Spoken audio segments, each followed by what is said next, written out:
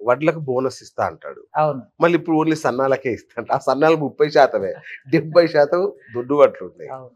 Okay. గ్యాస్‌కు మొత్తం 500కే ఇస్తా అంటాడు. ఓన్లీ మళ్ళా బీపీఎల్ వాళ్ళకే ఇస్తా అంటాడు. అప్పుడు చెప్పింది ఒకటి, ఇప్పుడు చెప్పింది ఒకటి. మరి దీనికి ఇంకా స్టడీ ఎందుకన్నా? అంటే దీనికి స్టడీ అవసరం లేదు, డైరెక్ట్ తెలిసిపోతుంది. డబ్బు కావాలి దీనికి. ఆయన చెప్పింది ఇక్కడ చేయడు, చేయలేదు, డబ్బులు లేవు కాబట్టి నేను ఇంతే చేస్తా. అందుకే కాంగ్రెస్ పార్టీ వాళ్ళు ఇచ్చిన మేనిఫెస్టో ఆచరణలోకి వెళ్ళినాక చాలా సవాళ్ళు వస్తాయి. వాళ్ళు అధికారంలోకి రావాలి కనుక మనం ఈ క్షణానికి ఏదైనా చెప్పేసి బయటపడదామనే ఉద్దేశంతో వాళ్ళు ముందుకొచ్చారు, గెలిచారు, అధికారంలోకి వచ్చారు. ఇప్పుడు అసలు పరీక్ష మొదలవుతుంది. ఈ అసలు పరీక్ష మొదలయ్యే క్రమంలో నిజంగా చిత్తశుద్ధి ఉన్న రాజకీయ నాయకులు అయితే మేము ఆనాడు ఈ హామీ పడ్డాము, కానీ మన రాష్ట్ర బడ్జెట్కున్న పరిస్థితి వలన మేము నెరవేర్చలేకపోతున్నామని ప్రజల ముందు ఓపెన్గా చెప్పవచ్చు. ప్రజలు అర్థం చేసుకుంటారు. ఎప్పుడైనా సరే తెలంగాణ ప్రజలకు ఉండే చైతన్యం వేరే ప్రాంతం ప్రజలకు ఉండే చైతన్యం వేరు. ఇక్కడి ప్రజలు కడుపులో పెట్టుకుంటారు. నిజాయితీగా ఉన్నాడంటే కడుపులో పెట్టుకుంటారు, అహంకారంతో ఉన్నాడంటే జీర్ణించుకోలేదు. అన్నం లేకపోయినా భరిస్తారు, కానీ తెలంగాణ ప్రజలు ఆత్మగౌరవమైన దెబ్బ కొడితే భరించారు. సరిగ్గా కేసీఆర్ విషయంలో ఇదే జరిగింది. కేసీఆర్ 39 సీట్లు రావటం చిన్న విషయం ఏం కాదు కదా. మిగతా చిన్న వాటిలో పోయిండ్రు, వాళ్ళు మార్జిన్లో పోయిండ్రు. అంటే ఈ మార్జిన్లో పోవడానికి ప్రధాన కారణం చూస్తే మనం ఎక్కడెక్కడ దెబ్బ పడిందో చూస్తే కూడా అర్థమవుతుంది. అంటే ప్రభుత్వము ప్రజలకి మధ్యన అనుసంధానంగా ఉండవలసిన యంత్రాంగాన్ని దెబ్బ కొట్టేసి ఒక గ్యాప్ డెవలప్ అయిపోయి అహంకారపూరితంగా వ్యవహరించటం మూలంగా కొంతమంది ఎమ్మెల్యేలు ఓడిపోవాల్సిన స్థితి వచ్చింది. అందుకోసమే తెలంగాణ ప్రజలు క్షమించమని అడిగితే క్షమించేసే ఉదార స్వభావం కలిగిన ప్రజలు తెలంగాణ.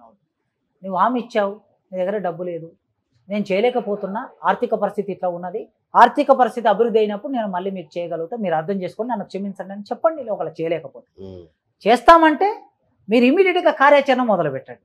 కాలయాపన ఇప్పుడు ఇది జరిగింది, 6 నెలలు అయింది అనుకుందాం. ఎన్నికలు వచ్చాయి, మధ్యలో ఎన్నికలు 2 నెలలు ఎంగేజ్ అయిపోయింది. నెక్స్ట్ పంచాయతీ ఎలక్షన్లు వస్తాయి. పంచాయతీ ఎలక్షన్ ఎంత లేదన్నా ఒక 3 నెలలు ఎంగేజ్ అవుతారు. అంటే ఒక సంవత్సరం గడిపేస్తారు. ఇట్లా సంవత్సరం గడిపేసినాక ఆ తర్వాత చూసుకుందాంలే అని అనుకుంటే మర్చిపోతారు, అలవాటు పడిపోతారు. కనుక ఒక నిర్దిష్టమైన స్పష్టత అయితే ప్రజలకు ఇవ్వవలసిన బాధ్యత ఇప్పుడు కాంగ్రెస్ ప్రభుత్వం మీద ఉన్నది. చూద్దాం, ఒక్క 2-3 నెలలు చూసినాక మళ్ళీ మీతోనే మాట్లాడతాను. చాలా స్పష్టంగా కొన్ని లెక్కలు తీసుకొని వస్తాం మీ దగ్గరికి. చార్జ్ షీట్ తో రావాలి ఖచ్చితంగా. ఈ ప్రభుత్వం మీద చార్జ్ షీట్, కాసిం గారి చార్జ్ షీట్. రైట్. అంటే ఒక మావోయిస్టు భావజాలం లేదంటే ఒక విరసం సభ్యుడిగా ఇప్పుడు నడుస్తున్న ప్రభుత్వం ఈ వ్యవస్థల్ని ఎట్లా చూస్తారు? ఇప్పుడున్న ఈ వ్యవస్థలు కార్పొరేట్ వ్యవస్థలు నడుస్తున్నాయి. ఎంతో కొంత 70, 80, 90 దశకంలో రాజకీయ పార్టీలలో, రాజకీయ నాయకులలో కొన్ని విలువలు ఉండేవి. ప్రజలకి సేవ చేయాలి అనే విలువలు ఉండేవి. అరే మనం తప్పు మాట్లాడితే, సేవ చేయకపోతే, అబద్ధాలు చెబితే పాపం తగులుతుంది అనే కనీసం పాపభీతి అనే ఉండేది. చాలా ఉండేది, పాపభీతి ఉండేది. మనం చెయ్యాలని. అంటే మనం అట్లా చూస్తున్నాము కదా, మంచి నాయకులు ఎందరు లేరు అట్లా చూసినప్పుడు. ఎమ్మెల్యేలు, సాధారణంగా జీవించిన ఎమ్మెల్యేలు, ఇప్పుడు మహేంద్రనాథ్ లాంటి వాళ్ళను మనం ఎప్పటికీ గుర్తు చేసుకుంటున్నాం రిపీటెడ్గా. అంటే ఆయన జీవితంలో చనిపోయిన రోజు కనీసం ఆయన చావు ఖర్చులకు కూడా డబ్బు లేని పరిస్థితుల్లో చనిపోయాడు.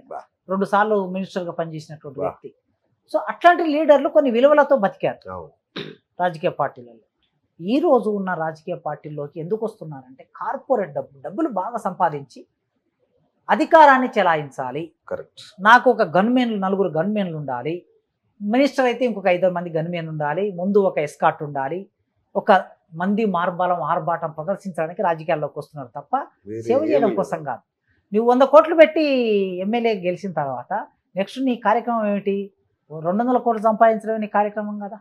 లేదా ఇప్పటి వరకు సంపాదించుకున్న నీ ఆస్తులను కాపాడుకోవడం కోసం నువ్వు అధికారంలోకి వచ్చావు. కనుక రాజకీయాల్లో విలువలు లేవు, రాజకీయ పార్టీల్లో విలువలు లేవు. దానితో పాటు అసలు రాజకీయ నాయకులకి వాళ్ళు సంభాషించే సంవాదానికి సంబంధించిన ఒక భాష లేదు, సంస్కారవంతమైన భాష లేదు, ట్రైనింగ్ లేదు. ఇప్పుడు రాజకీయ నాయకులు ఒక మనం పార్లమెంట్లో మనం స్టూడెంట్స్ ఉన్నప్పుడు చూసేవాళ్ళము. ఆయన ఎవరు, జైపాల్ రెడ్డి గారు పార్లమెంట్లో మాట్లాడుతుంటే ఎంత అద్భుతమైనటువంటి సమాచారంతో మాట్లాడేవాడు. ఆయన మాట్లాడితే డిక్షనరీలో వెతుకునే వాళ్ళట మిగతా మినిస్టర్లు సమాధానం చెప్పడానికి.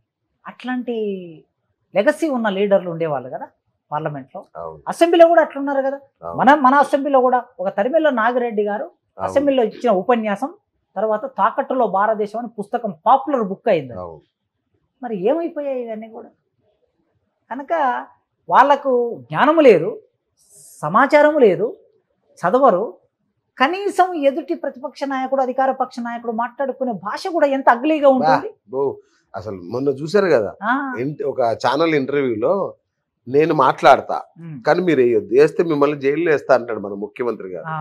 చూసారు కదా, నేను బూతులు తిడతాను కానీ మీరు వేస్తే మిమ్మల్ని అదేంటి సార్ మీరు మాట్లాడతారు మేము వేయకూడదా అంటే, ఏదు మాకేదో అవసరం ఉంటుంది మేము మాట్లాడతాం, మీరు ఎట్లా వేస్తారా అంటాడు ఆయన. అంటే మరి అట్లాంటి పరిస్థితి రాష్ట్రాన్ని నడిపించే నాయకత్వము ఆనాడైనా ఈనాడైనా వాళ్ళు మాట్లాడే భాషను బట్టి మన సమాజం మీద ప్రభావం పడుతుంది. అంతే కదా.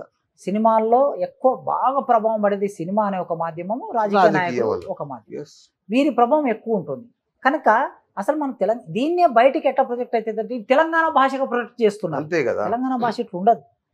నిజానికి తల్లి తండ్రి అక్క చెల్లెలు ఉన్న చోట ఒక తమ్ముడు ఒక అన్నను ఒక బూతు మాట కూడా మాట్లాడే పరిస్థితి మన కుటుంబాల్లో ఉండదు. అంత సంస్కారంగా ఉంటారు. మరి అట్లాంటి సమాజంలో బూతులు ఎట్లా మాట్లాడుకుంటున్నారు? ఒకరి ఇక అమ్మ అన్ని అయ్యా అన్ని ఇక మాట్లాడేస్తున్నారు. కనుక రాజకీయ నాయకత్వము ఒక కార్పొరేటు భావనతో పెరిగి వచ్చినటువంటి రాజకీయ నాయకత్వం ఏ విలువలు లేకుండా, ఒకప్పుడు విద్యార్థి సంఘాలు విద్యార్థి పోరాటాల్లో భాగంగా సిద్ధాంతం బేసు మీద రాజకీయాల్లోకి వచ్చేవారు. ఇవాళ విద్యార్థి సంఘాలు లేవు, విద్యార్థి పోరాటాలు లేవు, ఎన్నికలు లేవు, విజన్ లేదు, భావజాలం లేదు. డబ్బులతో వస్తున్నారు కనుక డబ్బులతోనే వీళ్ళు నడుపుతున్నారు. అందుకోసమే ఇప్పుడు మన పార్లమెంటరీ వ్యవస్థ పార్లమెంటు పందుల దొడ్డి అన్నాడు ఆయన తరిమెల్ల నాగిరెడ్డి. ఇవాళ పార్లమెంటు నిజంగా ఒక రకంగా చాలా, పార్లమెంట్ అయినా అసెంబ్లీ అయినా ఏదైనా కూడా మనం విషాదకరమైన పరిస్థితుల్లో ఉన్న స్థితులకు నెట్టబడ్డాం. నేను అనుకుంటా ఇంకా 10 సంవత్సరాల తర్వాత ఈ పార్లమెంటు వ్యవస్థ గురించి మనం ఇట్లా కూడా మాట్లాడుకోలేము. డైరెక్ట్గా ఒక కార్పొరేట్ కంపెనీ మొత్తం దేశవ్యాప్తంగా నేను 200-300 మంది ఎంపీలను నేను గెలిపిస్తా, నువ్వు ముఖ్యమంత్రిగా నీకు ఎంపీలను తెచ్చిస్తా, ఆ తర్వాత నీ విధానాలను నాకు అనుకూలంగా చేసుకుంటా.